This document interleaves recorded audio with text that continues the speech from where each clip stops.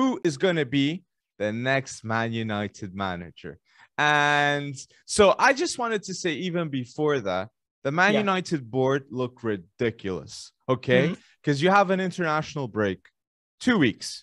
That would be the ideal time to get the appointment of a new manager. Just like Tottenham, Daniel Levy, it looks like a Daniel Levy actually looks like a genius. And next to this board, this Man United board, okay, because he got Conte earlier. Tottenham got Conte earlier, and Man United is there like 2 weeks after international break, no preparation, all the same. This is clear problem. So it irks me, right? I mean, it took after 5 losses in 7 Premier League games, the last 7 Premier League games, right? It took a Watford drubbing, right? 4-1, where Ismaila Sarr and who was the other guy? I'm forgetting. Joshua King, former Man United player. Exactly. I mean, hell, even Cleverley's on the field there right now. I mean, Manchester United, they've been outplayed 5 out of the last 7 games, beaten. 1 tie, 1 win over that time period too. And it took this particular win for them to call an emergency meeting and say, Ole Gunnar Solskjaer has to be a goner, right? I just don't understand how it took so long. So I'm in complete agreement with you there, even if the harder decision comes. You're right. I mean, who takes over? Exactly. Who takes over? And saying it for the man who's in charge, Mr. Glazer, like it's, if you see Donny scoring the last goal of Ole Gunnar Solskjaer managerial time at Man United, it makes total sense.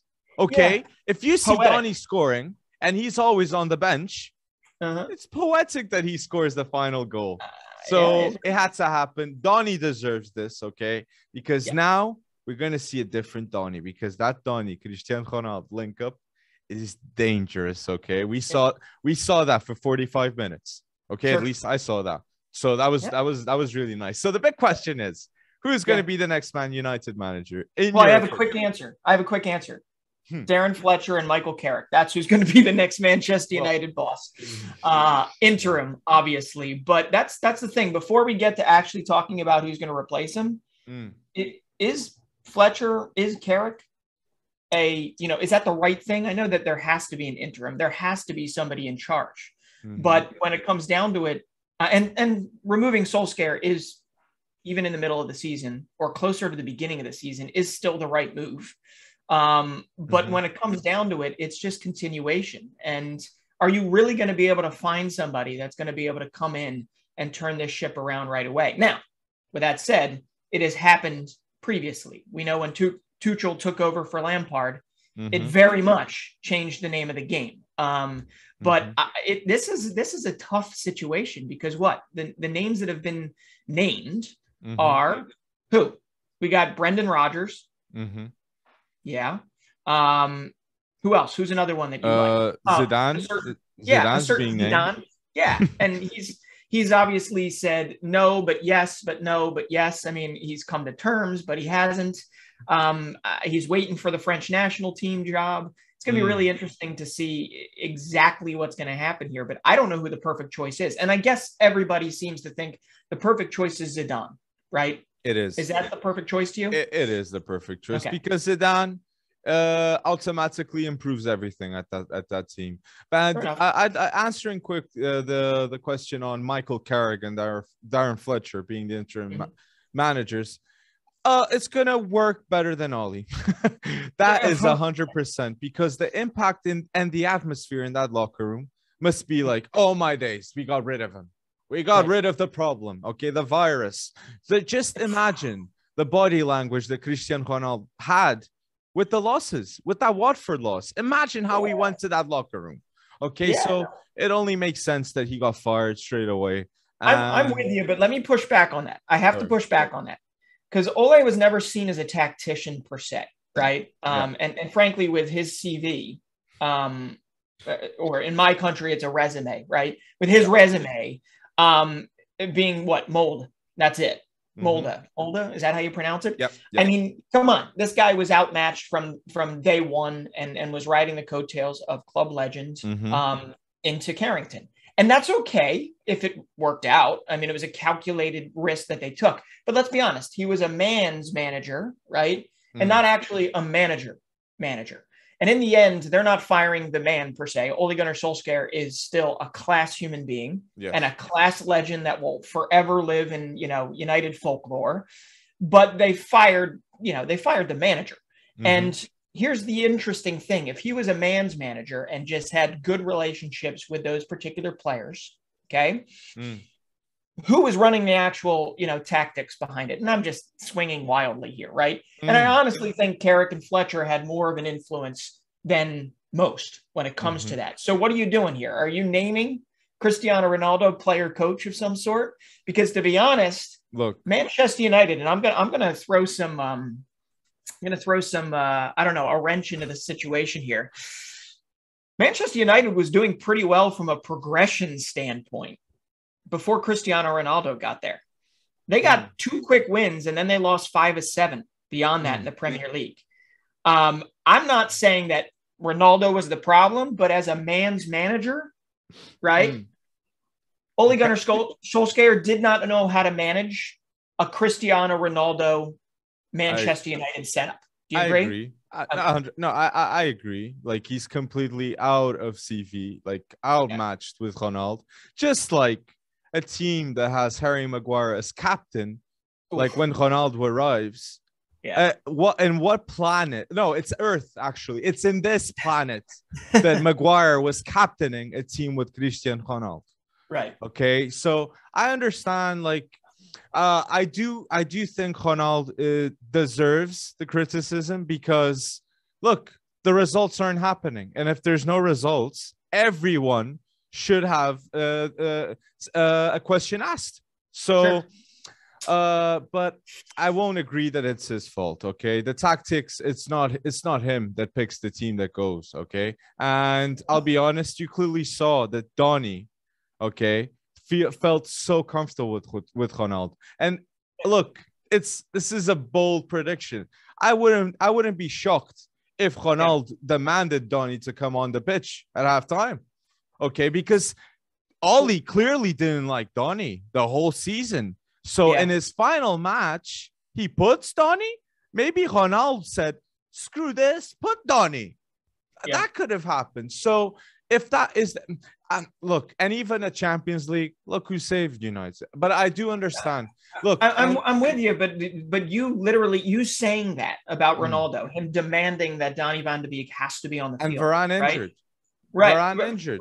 Sure. But you saying that, right? I mean, that just tells you that there's an undermining that has to happen there because, I mean, Ronaldo is at 36. He is a legendary status. He is, whatever he says potentially goes, whether it's in the locker room or he's always going to be the loudest voice, either by example or whatnot. And Solskjaer wasn't prepared for that. So in no way am I saying that Ronaldo is the reason why United ended up going. But I think it definitely was a contributing factor. Okay. And I think it was a very easy, and they probably do this deal all over again, get Ronaldo back. I mean, the narrative writes itself. It's phenomenal. But in the end, we have to, I mean, they finished second last year, right? They lost 11-10 on penalties in the Europa League final. They finished second last year. They got their Champions League bid. They were making progression. They won the first 2 games of the season. Ronaldo comes in and boom, he can't figure out what the hell's going on. And I'm not going to say that they didn't have problems previous to this, but I am saying that Ronaldo is a contributing factor to Solskjaer. But Breton, let me just interrupt you there. You said this Man United team ended up second. It's a fantastic and a glorifying. That's a fact. It happened. Yes, last year. But do you think this Man United team would ever win a Prem? Well, no. We'll never know. We'll never know. No. Ole will never win. You're right. You're right there. United. And with Cristiano Ronaldo, you're closer, but it's not with Ole. No, not with Ole. And I think I agree with you. And the last thing with Ole, and I think it's the fact that answers anything. And I've said it in the past. If you wanted Sancho for 120 million and you get him, the next transfer windows for 80. Yeah. Okay. You still wanted him for 120 million, Sancho, and you're not using him properly. So No, that's a problem. That's a clear problem, and he doesn't know what he's doing. So I think, and he is responsible for Maguire at 74 million, right? Making him the most expensive defender ever at the time. Who's the captain at Man United? Who should be the captain? For me, it's clear. It's Bruno Fernandes. I think Bruno Fernandes should be the Man United captain, no doubt. And I'll even say that Ollie would understand that. Ollie would understand that, because seeing Bruno Fernandes at the end of that match, being next to him, apologizing to the fans, like that was pretty nice, to see. But who do you think is going to be the next Man United manager? Yeah, So Zidane? It's so tough. I really don't know. I just don't see Zidane coming back for this. I mean, it's just money for him, right? At that point. Do you think he looks at the United job right now and says, yeah, this is something I want, or do you think he's holding out for, say, the French national team? You know what I would do if I were the Glazers? What I would do, it would be, I would get Mark Overmars and Van der Sar, and I'd get Erik ten Hag to Man United. I just don't know how you're going to do that. Because they were going to leave Ajax a couple of seasons ago. There was some news saying they were interested in seeing other projects and all that. Come on, is there a better project for Van der Sar than Man United leaving Ajax? I agree there. If they get Ten Hag, they get Donny, really happy with the manager, total football. And I want to say this, it's a myth. It's a myth that Ronaldo would play badly with Erik ten Hag. That's a myth, okay? Yeah. Because he will track back. Maybe he'll be substituted. That can happen. But if you know what you're doing, I'm sure if you tell Ronaldo, look, this is for the benefit of the team, he'll understand it. Okay, it just needs to make sense. But Ronaldo can be his Sebastian Haller, right? Just kidding. In a type of way. But the transfer that I would think, if Ten Hag would come to Man United, would be to get Frankie De Jong for that number 6. Okay, I see the news that Man City are interested in Frankie De Jong with Guardiola, and if Man United managed to get that position 6 sorted, and it's with Frankie, a player that might go to City, this is me, my rumors, just, but I feel like trying to think 10 steps ahead, and I love it. I can't even see in front of my face most of the time, but we all knew that the 6 was what they needed to solve in the first place, and it just still hasn't been addressed. I mean, McTominay did not have a great game. We're talking about Watford here. We're talking about Watford, and nothing against them. I mean, I know they're fearless and whatnot, but they're always in a relegation scrap. True. And kudos to Claudio Ranieri actually knowing how to play against a United that's faltering here, and it's just tough. But I do have to ask: is there any truth that you think to that rumor that came out about Ronaldo requesting or wanting a Luis Enrique? Right? Do you think there's any truth to that? I've seen it hit some of the rags in England. I don't think I've seen it hit anything that has a lot of oomph behind it, but it is interesting. I do know that when he was asked about it, Luis Enrique apparently said, "What is this, April Fool's Day?"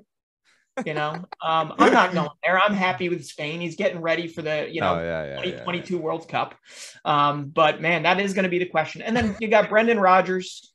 You've got I don't know, what are you going to bring? You going to bring back you want Wayne Rooney now? From Derby County? No, just kidding. Mate. That's a joke. No, Ronaldo would be the manager if Ferguson comes back. I even saw that even being talked. Ferguson just being there. And if Ferguson's there, imagine Ronaldo's Ferguson's bodyguard in that locker room. Nobody's saying anything, okay? He's even translating to anyone what he's saying, okay? So I agree. Brendan Rodgers, I don't think he's the guy. No. Graham Potter. I think you'd like it. I do. He has a system. He's not outmatched tactically. He's definitely made Brighton a better team to watch. They're still not great to watch, but they play a style of football that I think United fans would be pretty proud of if you put that personnel. And if they bring in Bissouma like that, it would be. I think it would work out. So. Let's see what happens. So, guys, everyone, put in the comment section down below who you think is going to be the next Man United manager, and just add to who would you think Man United is going to sign in January, because maybe they'll have to go to the market because a player like Ronald, he has his own demands.